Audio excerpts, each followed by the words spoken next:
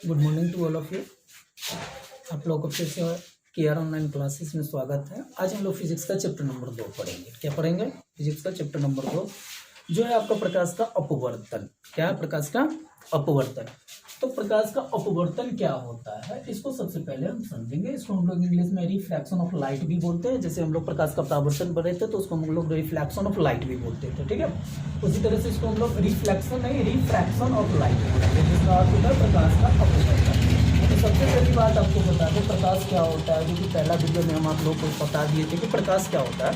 एक प्रकार की ऊर्जा होता है जिसके माध्यम से जो हम क्या करते हैं, किसी भी वस्तु को देख पाते हैं, या एक कारक होता है जिसके माध्यम से हम किसी वस्तु को देख पाते हैं।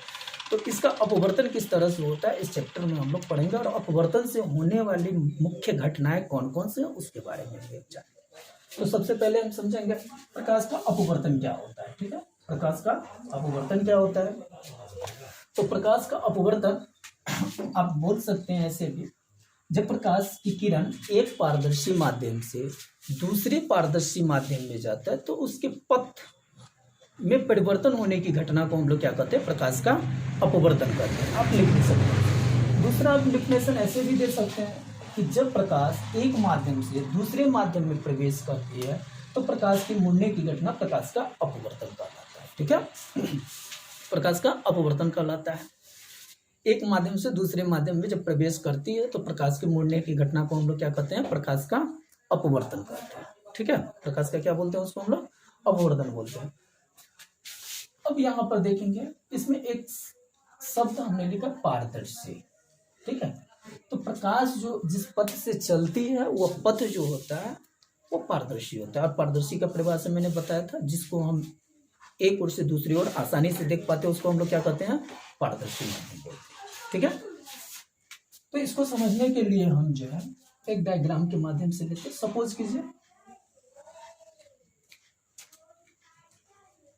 या आप इसकी परिभाषा ऐसे भी लिख सकते थे, जब प्रकाश विरल माध्यम से सघन माध्यम में प्रवेश करती है, जब प्रकाश, तीसरे ढंग से भी आप इसकी डिफिनेशन लिख सकते थे, जब प्रकाश विरल माध्यम से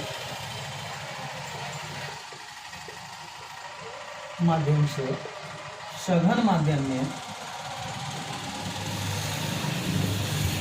करती है तो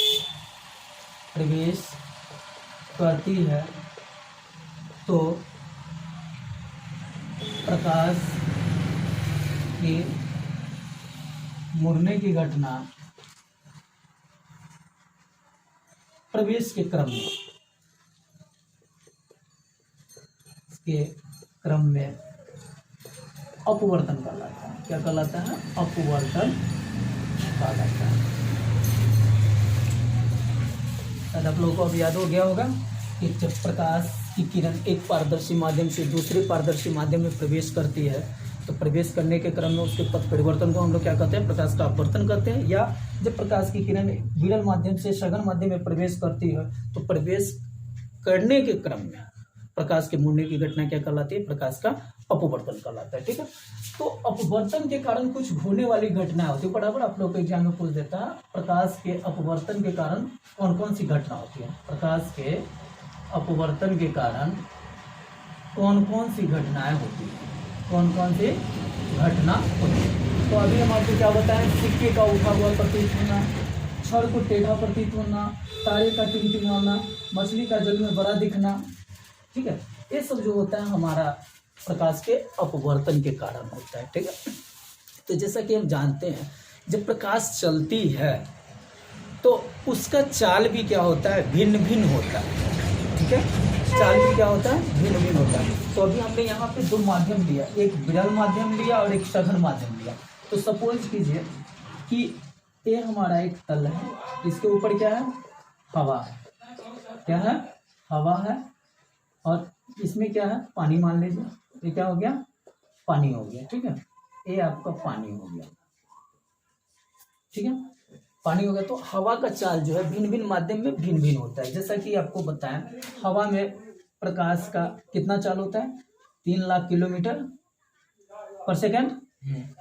इसके बाद पानी में प्रकाश की चाल कितना होता है, 2,25,000 किलोमीटर पर सेकेंड।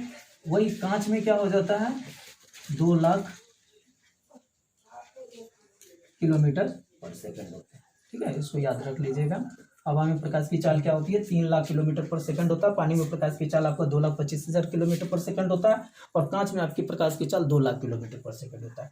तो यहाँ पे क्या होता है कि जब कोई भी किरण आती है किसी स्रोत से, ठीक है, तो जो भी किरण किसी स्रोत से आती है उसको हम लोग कौन सा किरण कहते हैं, आपतित किरण कहते हैं। क्या कहते हैं, आपतित किरण कहते हैं। ठीक है, और आपतित किरण के बाद यह क्या होता है, दूसरे माध्यम में प्रवेश करती है। तो यहां से हम क्या ले लेते हैं, इसको समझाने के लिए एक अविलंब ले लेते हैं। ठीक है, तो ये क्या होता है, यहाँ पे जो किरण आई तो इसको हम लोग कौन सा बिंदु कहेंगे, आपतन बिंदु कहेंगे। तो एक किरण वास्तविक में यदि जाना चाहिए तो इस टाइप से सीधे निकलना चाहिए था।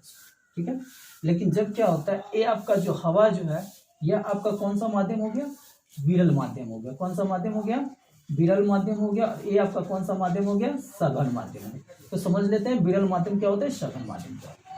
तो जिसमें प्रकाश की चाल अधिक होती है उसको हम लोग विरल माध्यम कहते हैं, और जिसमें प्रकाश की चाल कम होती है उसको हम लोग क्या कहते हैं, सघन माध्यम कहते हैं। विरल माध्यम में प्रकाश का घनत्व क्या होता है, अधिक होता है या कम होता है, प्रकाश का घनत्व कम होता है। ठीक है, और सघन माध्यम में प्रकाश का घनत्व क्या हो जाता है, अधिक हो जाता है। ठीक है, तो सघन माध्यम और विरल माध्यम को समझ गए।